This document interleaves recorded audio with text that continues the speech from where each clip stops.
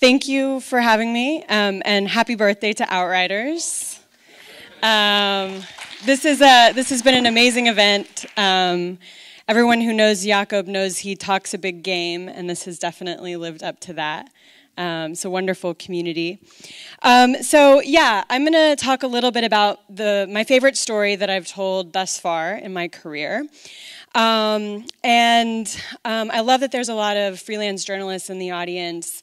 Of course, for those of us who work in institutions, I don't have access to the full CNN budget as much as I would love to. So even internally in CNN, if you want something big funded, you have to go through the pitch process as well. So I'll tell you guys a little bit about how I got my 75-minute Nat Sound prison documentary about feminists funded by a network that is best known for this. So this was the scene for my documentary. It's called The Feminist on Cell Block Y. It came out in April. You can find it online. This is a medium security facility about an hour and a half south of San Francisco. It houses 5,000 inmates, the highest concentration of people serving life sentences in the state of California. They have 33 prisons. This is the one that has the most with life sentences.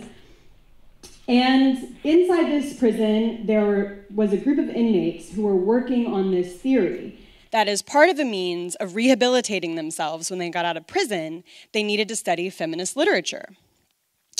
So in making the film, we were a crew of 3, which is a relatively small crew size for CNN. We made about 5 reporting trips over the span of about 8 weeks, so we had a lot of time and access in this prison. And I think it cost around $20,000 for us to make.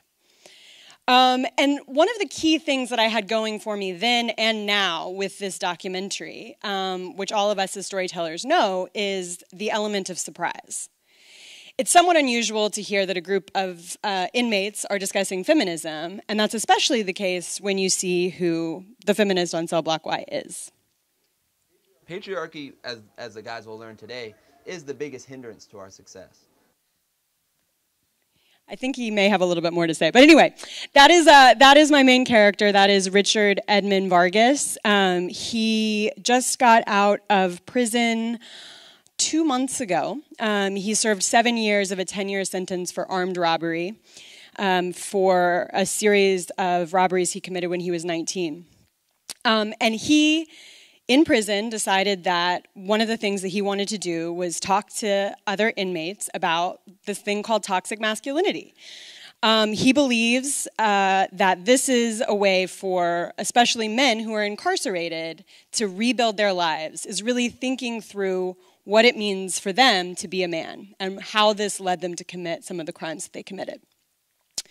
But the story for me starts, and for Richard as well, starts 10 years ago, just outside of LA, when Richard was in high school and I was in college. And apologies for those with sensitive eyes on the live stream. This is a diagram of a vagina. So Richard was the editor of his high school newspaper. And he had this idea for Valentine's Day to take a stand on how women are sexually objectified, but men don't take female sexual pleasure seriously. This was his idea as a high school student. And you can imagine, perhaps, how the administrators responded. He was suspended, the papers were confiscated, which, of course, as we know, nothing makes a news story hotter than when there's censorship around it, right? So the LA Times wrote about him, and he took a stand for freedom of expression. I was a college student in Atlanta with a radio show, and I thought, wow, this is an interesting kid. And so I interviewed him for my college radio. So then 8 years passed. I was working on what I thought would be a book. And I'm sure this is an experience for a lot of you guys as storytellers. You start out, you don't know what the story is going to be. You just know you have something, right? I initially thought I was going to write a book about the changes in American criminal justice, and I thought he could be a good character. We start getting on the phone in the US. You can make calls in and out of prisons, but they're pretty expensive. So people outside of prisons have to put money on their accounts, and then the inmates have to call them. So we started talking, and he started telling me about this program that he was running. And I thought, no way. Like, why would a group of men in an environment where there aren't any women sit around and talk about feminism? It just didn't make any sense to me. This is where I was able to really, quite frankly, use my frequent flyer miles to start building the case for this story. Because as all of us know, when we're selling a story, we really want to make sure we have the goods. We don't want to get burned on telling that story or promising a story and then only to get there with our crew and realize, like, oh shit, I don't have what I thought I had. So I flew across country, asked the prison if I could come in, told them maybe it would be a CNN story. And I got lucky. I got really, really lucky. There's a lot of folks in this room. It's really humbling to be around folks who are working in these restrictive environments. And luck is always a factor. And for me, with this particular facility, one of the guys who was working for the prison said, yeah, okay, you can come in. And I spent 2 days there. I got to know the guys. It turned out Richard was not overselling it. These guys were sitting around, 32 of them, in a room, talking about feminist responses to violence that they were experiencing inside the prison.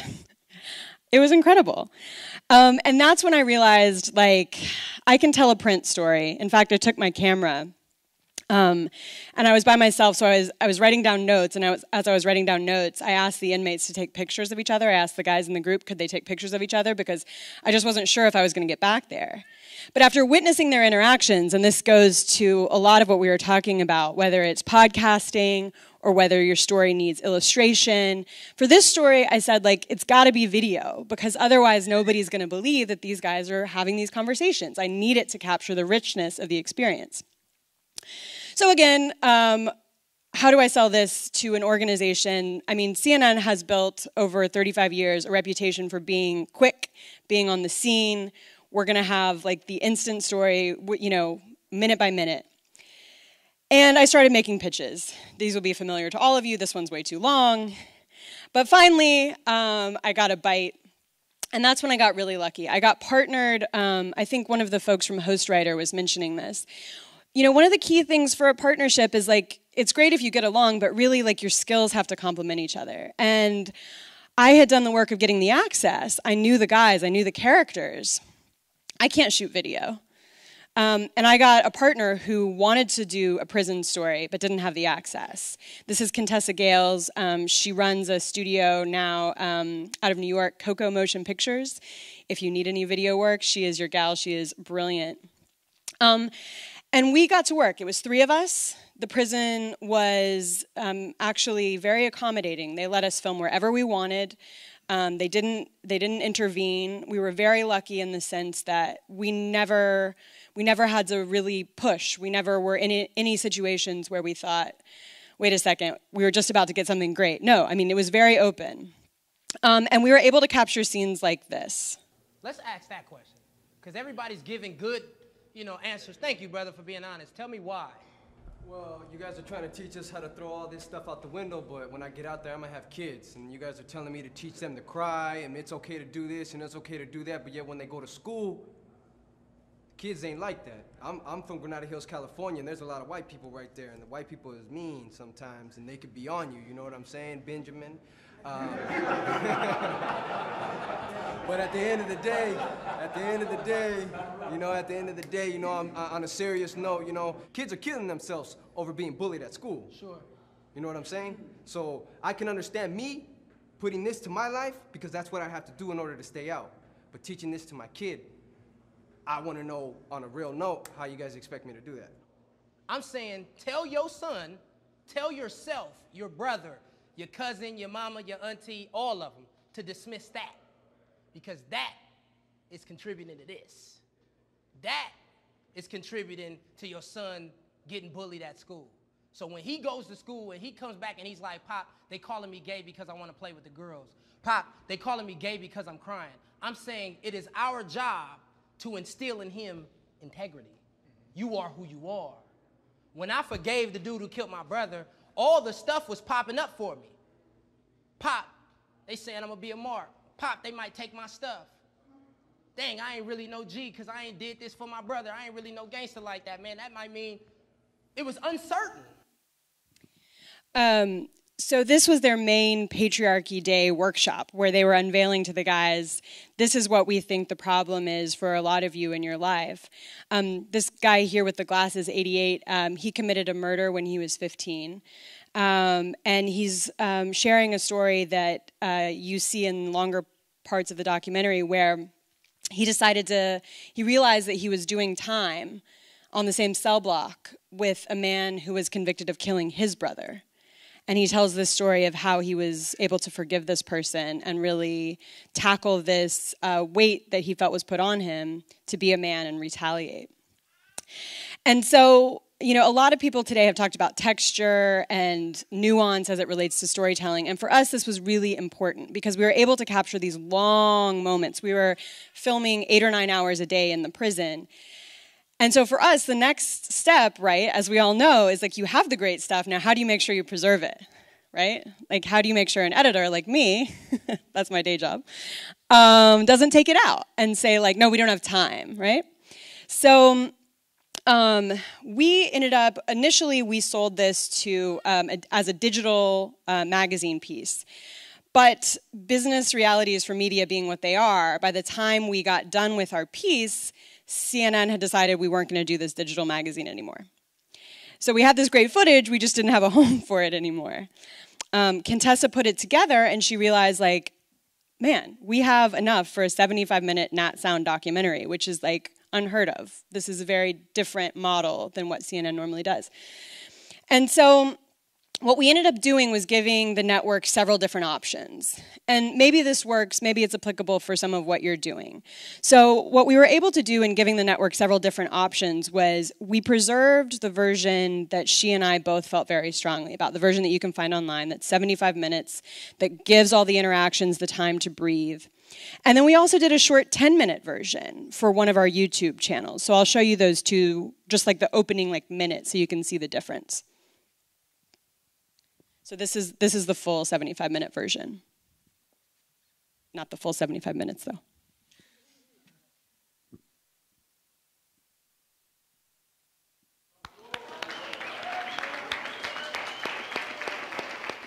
It's been an honor and a privilege to be with all you guys through this season.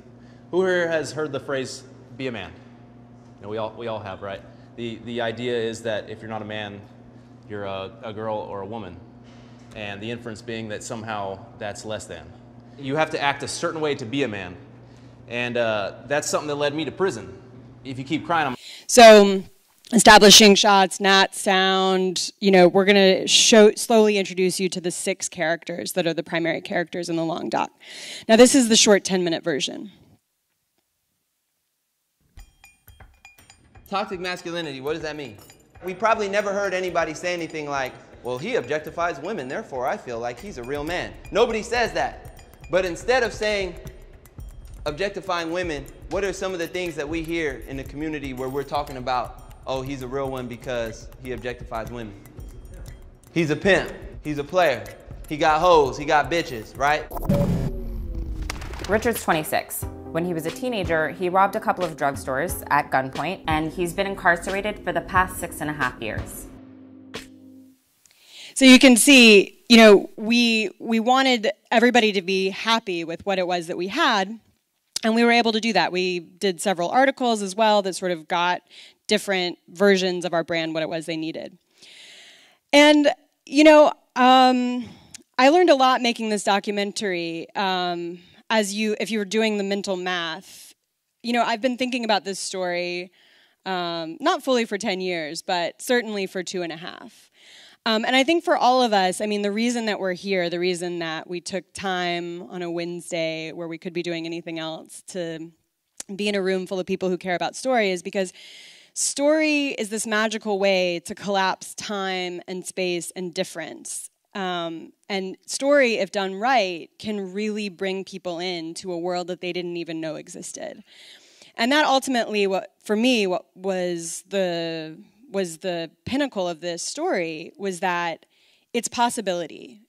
Because for so many people who have seen this, maybe you'll watch it, for people in the U.S. who never think about criminal justice, for people around the world, it's showing them a world that's hidden from view. And when that possibility is alive into us, it can really make us excited to learn more about this world that we live in at a time when borders are getting hardened. I think that's absolutely critical.